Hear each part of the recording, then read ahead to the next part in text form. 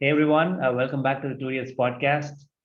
It's your host Ravi here, and on the other side is my wonderful co-host and good friend Ruben. Hey Yeah, Ruben. hi everyone. Yeah, how are you? Yeah, Hey Ruben, how was your Monday? Monday not bad. Great. So the rest of the week will go a lot slower. I hope so. I mean, a lot faster. I hope so. Yeah, Um, time good. Yeah, yeah. All right. So, folks, today, we have a special topic. So, if you haven't heard, Ryan Cohen, one of the actors in the uh, in the GameStop squeeze, he has actually announced that he has taken a position in another meme stock called Bed Bath and Beyond. And he actually put out a letter recently outlining his thesis for his position. And I mean, let's look at the letter and discuss. yeah. So he got in close to 10% free float. So Yeah, he owns close. he's bought almost a 10% stake. Yeah. So yeah, for today, let's quickly look at the letter and discuss the salient points that he talks about. I'm going to share my screen. Okay. So as you can see, this is the letter. It is 4 pages long, and I'll be sure to put a link to this letter in the video description below. So if you want to read the whole document, just check it out later, guys. Okay. Yeah, so point number one, like Ruben was saying, he has taken almost 10% stake in the business, and uh, and so basically, his complaint is that the Bed Bath and Beyond board, they have mismanaged the company, the board and the CEO, and the board and the CEO, they're struggling to reverse market share losses and stem years-long share price declines. We'll see in a bit how badly the share price is underperformed. And Ryan also claims that they haven't been able to navigate supply chain volatility. Also, the all the executive officers, the CEO, the CFO, and the COO, they're collective. C-suits. Yeah, the C-suite basically, they're collectively drawing a salary of $36 million. But the performance just isn't there. They're just taking money, but they're not producing Yeah. any good results. Yeah. And then also, highlights that, for a company of size 1.6 billion market cap, Hmm. 36 million is a bit too much. Yeah. Yeah, exactly. Of So yearly compensation. we were calculating, right? It's little over 2% of the market cap as salary Yes, that the yes, C-suite is drawing. Yeah, yeah. which is definitely not good. And then if you look at the performance of the stock over a period of time, then it just doesn't make sense to Yeah, for those guys to take that much money. Yeah. absolutely. Yeah, I mean, just look at the performance again, the S&P, because that is the toughest benchmark to beat, right? So over a 1 year period, 3 year period, 5 year, 10 year, and over the tenure of the current CEO, Bed Bath Beyond has underperformed in all time periods. Yeah. And if you just look at the last quarter's sales performance, not the stock price, sales performance, sales dropped by 14% compared to 2020, and same store sales they dropped by 7%. Yeah, but if you look at other retailers, Ruben, see 2020 was a terrible year. Sales at brick and mortar retailers were at all-time lows, I would say. Yeah. And in 2021, a lot of sales started recovering because of vaccination and easing of restrictions by Yeah. governments. So these guys, they couldn't even beat their 2020 numbers, which were abysmal, which shows you how bad the company is being run. Yeah. I mean, in a recovering economy, when people are dying to go out and shop, if you're not able to beat your worst year's results, then there's obviously something wrong, right? Yes, definitely. Yeah, and he just continues piling on about the mismanagement. So one of the points he touches on is, if you look at the independent board members and the C-suite themselves, they have made very few open market purchases of the shares. So ideally, if you are a manager of a company, and you're confident in your own strategy, yeah, Yes. you should project confidence by going and buying your own stock if it is undervalued. But the board Yeah. hasn't done that, and they collectively they hold less than 0.5% of the company's free float in aggregate. And yeah, the CEO, looking at the CEO, Mr. Triton's Yeah. pay, right? So yeah. It's 27 million over the last 2 years, and Ryan Cohen is basically comping that to much larger retailers like Advance Auto Parts, which has a market cap of 13 billion, Dollar Tree, a 33 billion market cap, Kohl's, which sports an 8 billion market cap, and Macy's, which sports 7.5 billion market cap. So this 27 million is much larger than what the CEOs of these companies are drawing in salaries. Yeah. That's an interesting analysis, I feel. Okay. And yeah, moving forward, Ryan Cohen and his group, they're putting out some recommendations that he thinks the board should follow to unlock shareholder value and improve growth in the company. So let's look at these one by one, Ruben. So the first one is bring greater focus to the company's cumbersome strategy. Now it's a long paragraph, guys. I don't want to bore you with the details, but the gist of this is Bed Bath and Beyond. They actually put out a 130-page long strategy sometime last year, I think. And Ryan's argument is these guys are trying to focus on way too many initiatives, which is a waste of time. Instead of that, you focus on a few key metrics. Yeah. So I mean, what he is actually saying is, so in that one, they put out like dozens of initiatives, and then what happens eventually is, so you just focus on too many things, and everything, the outcome of all those things are like very normal, basically mediocre. Yep. Instead, you just focus on the core aspect of running the business, and then yeah, so the rest of the things should actually follow. So yeah, I mean that's pretty much applies for anyone doing anything. Yeah. Yeah. So Ruben, let's approach this from first principles. If you are a retailer, what are some of the key things that your customers care about? When someone walks into a store and wants to buy something, that item should be on the shelves, right? Yeah. So you need to have good inventory management practices. Yeah. You can't, just ask them to come back after 2 weeks. Yeah. That is essentially firing your customer, which is a dangerous thing. And secondly, you want to reduce the supply chain costs. And if you're delivering to your customers, you want to reduce shipping times. So essentially, Ryan Cohen is saying you focus on these kind of key metrics that brings customer delight. Okay. So, like improve your infrastructure so that you can manage your inventory properly, like build out the required amount of warehouses, expand your stores or shrink or close down stores that are not required, which are underperforming. Improve your store fleets, which means invest in like trucks and other delivery vehicles, and prioritize on your assortment, which basically means try to understand what merchandise is moving fast and what is not selling, and you double down on what is selling and cut out the things that are not selling. It's as simple as that. And you improve your inventory based on this. Have more of the goods that are selling and are popular with customers, and just cut out the goods that are not selling from your inventory to save costs. So just focus on the. Yeah, and then also in this one he highlighted somewhere that these guys are planning to white label lot of products, bring a lot of products into the store without even knowing whether these guys, I mean, your customers want to buy them.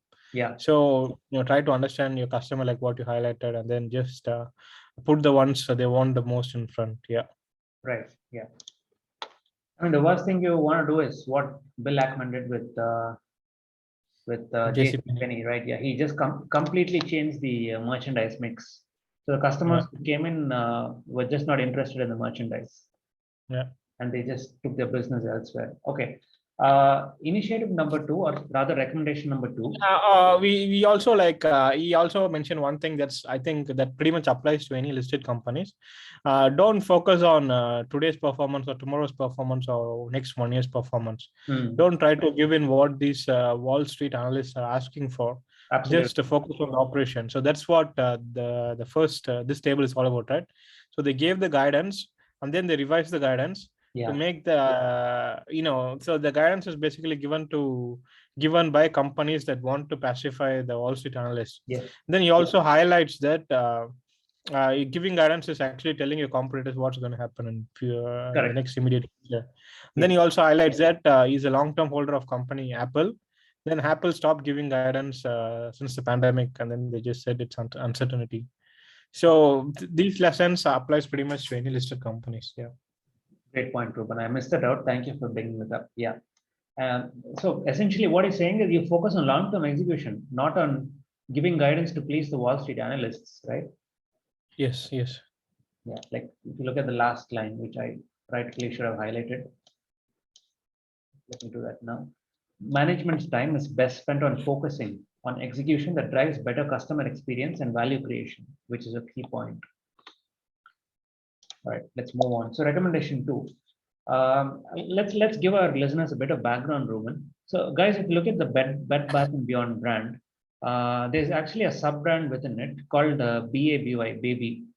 So this brand is geared at catering, is geared towards, like newborns, clothes and baby products like so bags and feeding bottles for babies. And Ryan says this product line within Bed Bath & Beyond, it is a super performer. Okay, so let's look at some numbers. So the baby brand or the baby product line is estimated to reach $1.5 billion in sales in 2023. Now, in comparison, what is the market cap of Bed Bath & Beyond? So you were saying it was 1.2 B, right? So the market cap, so now the share price went up 2x. So 2x or no, 50%. So it would be around close to 2 billion. Right. Yeah. So the market cap at this moment is 2.2 billion. Yeah. And I mean, just take half of that because today, like there's a big share price. So let's call it 1 billion. So he's essentially saying that the baby brand sales is as much as the market cap of the entire company. So the management is sleeping at the wheel. They should unlock value for shareholders. And he's recommending that they just spin off this baby product line into a separate company on its own. Right? And some other numbers.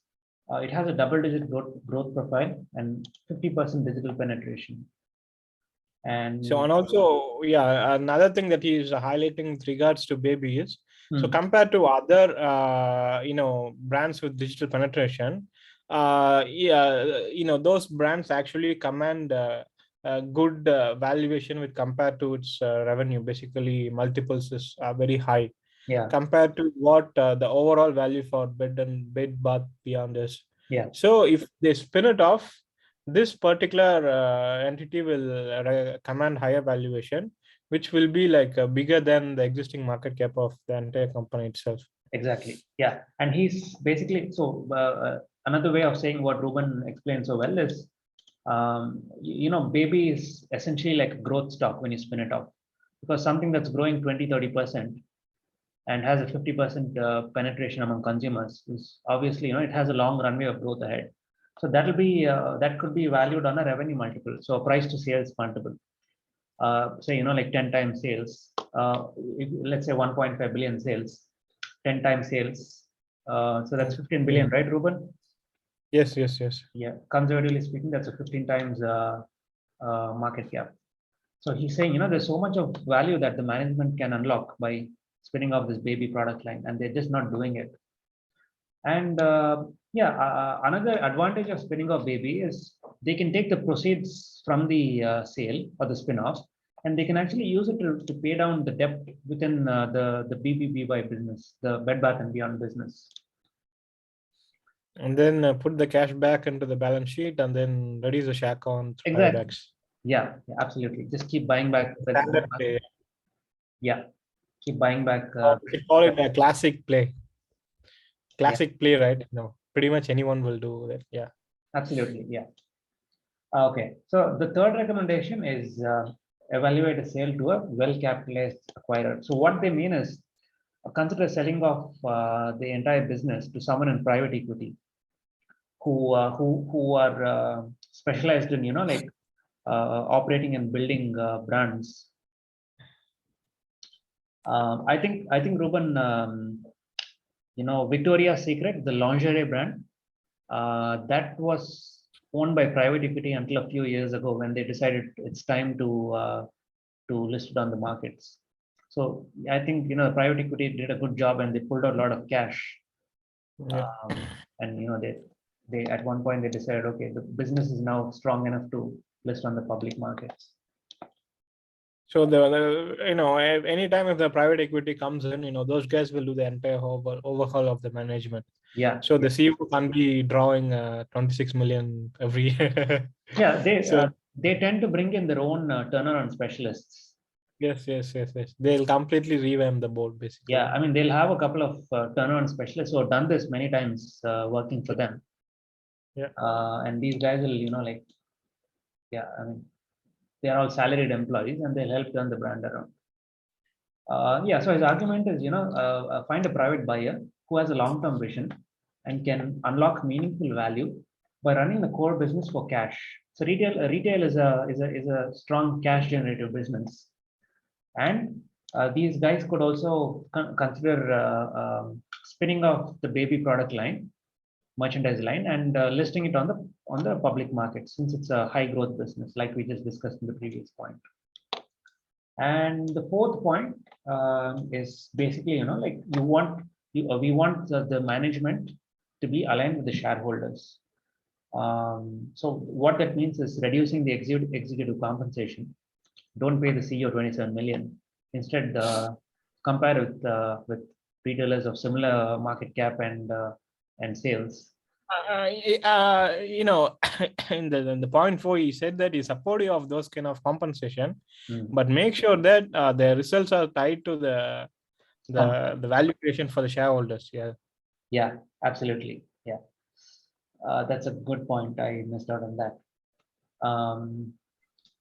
Yeah, I mean, if the CEO is not performing, there's no point in paying him such a hefty Just paycheck. tied to the share performance or value creation. Yeah. Yeah, or either kick him out and bring someone more capable. And Yes. if he or she performs, then it's fine to pay them so much money. Yeah.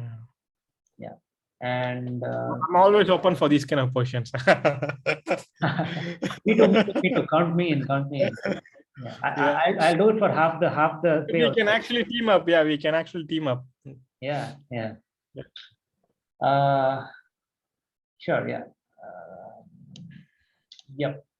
And finally, I was disappointed in this because if you look at GameStop, which is another share that this guy was involved in, he actually took a position on the board, and he's actually overseeing day-to-day operational decision making as well as strategy. Yeah. However, in this, what he's saying is, I'm already on the board of GameStop, and I'm overseeing the transformation. I'm not in a position to join the board full time and personally drive the initiatives outlined above, which we just talked about.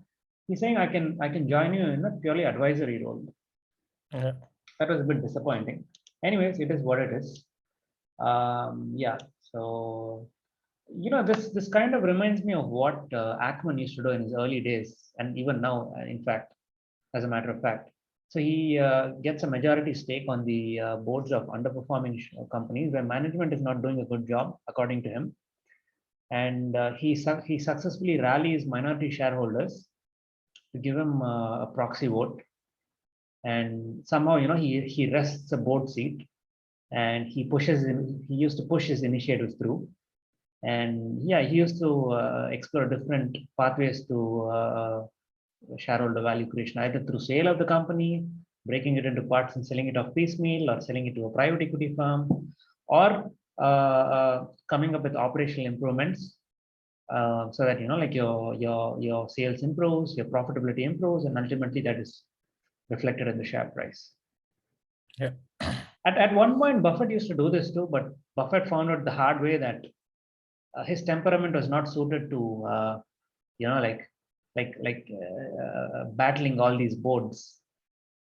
It's a time and energy consuming process. Yeah.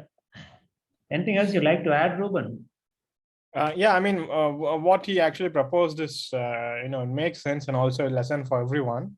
So then he's actually following what he preaches. He said that, okay, I also want to do this one along with GameStop. No, he said no.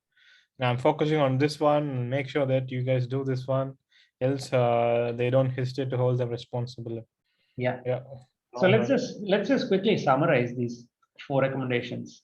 So the first one is you bring greater focus on the company strategy. Don't try to work on 20 different initiatives.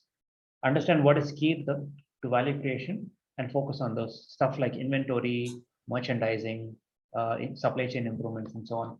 Number 2 is the baby merchandise line within Bed Bath and Beyond is a fast growing line. So try to spin that off. Use the money to reduce create value through that the baby stuff, and then give value to the existing shareholders. Yeah, so either sell it off to private equity or spin it off as a public company, and then put the cash on the balance sheet and then buy back the shares. Yeah. So just he's actually asking them to do something with this one and create value for the existing BBY shareholders. Yeah, and last but not least, just ensure that you tie executive compensation to actual performance. Yes. Yeah. So that's about it from us today, guys. I hope you had fun and enjoyed our analysis of the Ryan Cohen letter. We're looking forward to bringing you more exciting stuff in the future. So stay tuned to our channel. Signing off, this is your host Ravi and my co-host Ruben. Yeah. Take care. Have a great day, everyone. Bye.